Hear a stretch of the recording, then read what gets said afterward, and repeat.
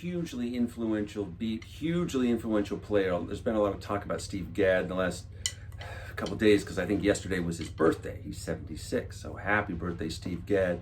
And thank you for what a huge influence you've been on all of us, on so many countless players, right?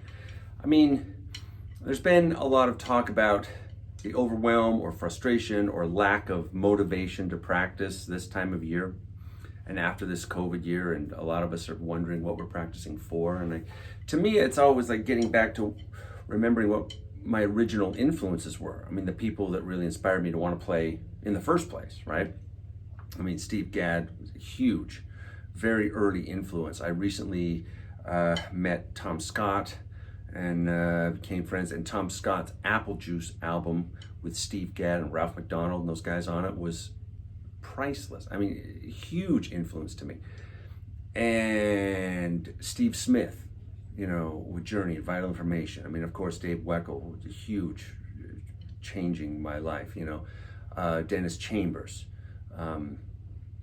John Riley, who was one of my teachers, great friend, mentor, huge influence on me. Kim Plainfield, Richie Morales, people like that. And so as I dig up recordings of them that I haven't heard for a long time, they're new to me again, and that's so refreshing, and it makes me want to practice. I find that students these days don't have their favorite players, or who are your favorite. I ask my students, who are your favorite saxophone players or flute players or whatever instrument they play, and they don't know. And when I was their age, I had a list, you know, of drummers, but I had saxophone players, guitar players, different bands, I mean, almost any instrument I knew, you know, at least somebody or some people, professional players, because we were listening to music, you know, all the time, and it was real music with real humans. Anyway, I don't relate to not knowing, and sometimes my, you know, students are wondering, you know, are trying to get motivated, and the first thing I'll do is send them some video of some professional player like Eddie Daniels, you know, or you know, whatever instrument they play, you know, Arturo Sandoval. I've recently turned some students onto him, and they just are blown away. They didn't know who that was, and wow, you know. And so sometimes, though, I've been thinking of one of my very first influences. Sometimes they're not these famous players that are in magazines or something like that. We can be influenced by anybody, you know, and sometimes the strongest ones were our earliest ones. And a lot of those players I met many, many years ago, seeing Buddy Rich on TV, things like that. I never met Buddy Rich in person, of course, but I mean, huge influence anyway, right? Well, one of my very first influences was a guy that you've never heard of probably. He wasn't famous for being a drummer. He was famous for dealing in Porsches. His name was Blake Strong. He was a friend of our family's, and he was a drummer though, but he was just a few years older than I was. And so he played at different places, and I got to see him when I was a pretty little kid, and it just really influenced me in a lot of ways. His family was a huge influence on my family as well. We were neighbors, but he was old enough that he was just this heroic age to my younger, shy self that was just too shy to even say anything. Well, this one day, Blake was playing at a Skyline football game, and he was the drummer for the Lana Shays. The Lana Shays, yes. They were the exquisite drill team of Skyline High School. Excellent, yes. But their performance music was just Blake Strong playing the drums. And it wasn't marching percussion, it was just him on the side of the field playing this drum set and playing this beat, and they could do all their dance routines and stuff to that. And so it was their trademark sound, right? So we called it the Lana Shay beat, right? And it went something like this.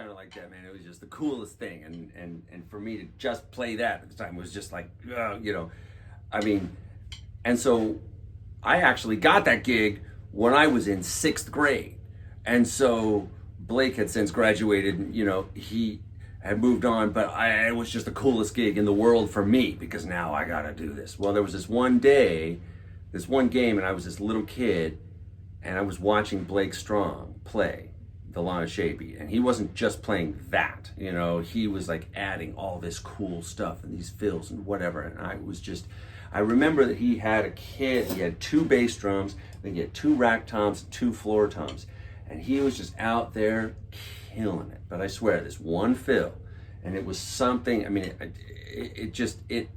it went right through me. It affected me that much, and it was something like this, I swear it was.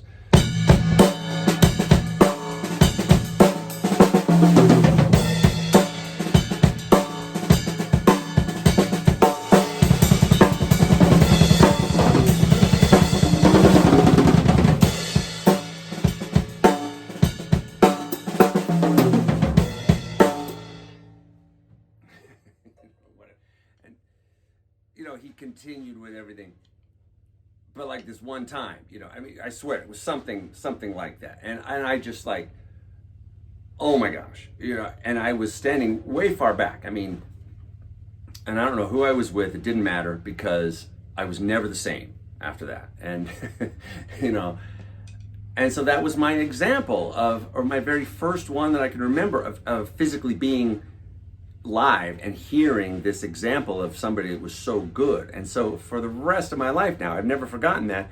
That has been as powerful an example to me as anything of Dennis Chambers or Dave Weckl or Steve Smith or Simon Phillips or all those guys, and the huge influences they have been on me. But this Blake Strong, he's not famous to anybody else, but he'll always be equally famous to me as all those other guys because of that day, and a few other days too that he was a big influence. But drumming wise, that was the day, and I was never the same after that. I don't think he even knew that I was there. He didn't know that I was standing behind him watching. He doesn't remember any of this, but to me, life altering, and so someday I hope that I could see Blake again. I've heard that he's had some health challenges even before COVID started, and so I hope that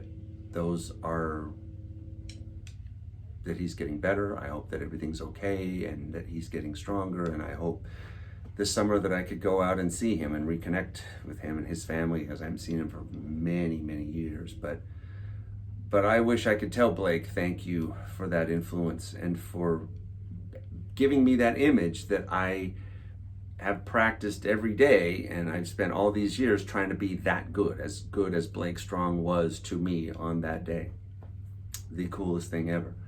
So you never know where those influences are going to come from, and I would recommend that go back and dig out your earliest influences and try to rekindle. Let's try to rekindle that original fire or passion that we had that made us want to play the instrument in the first place.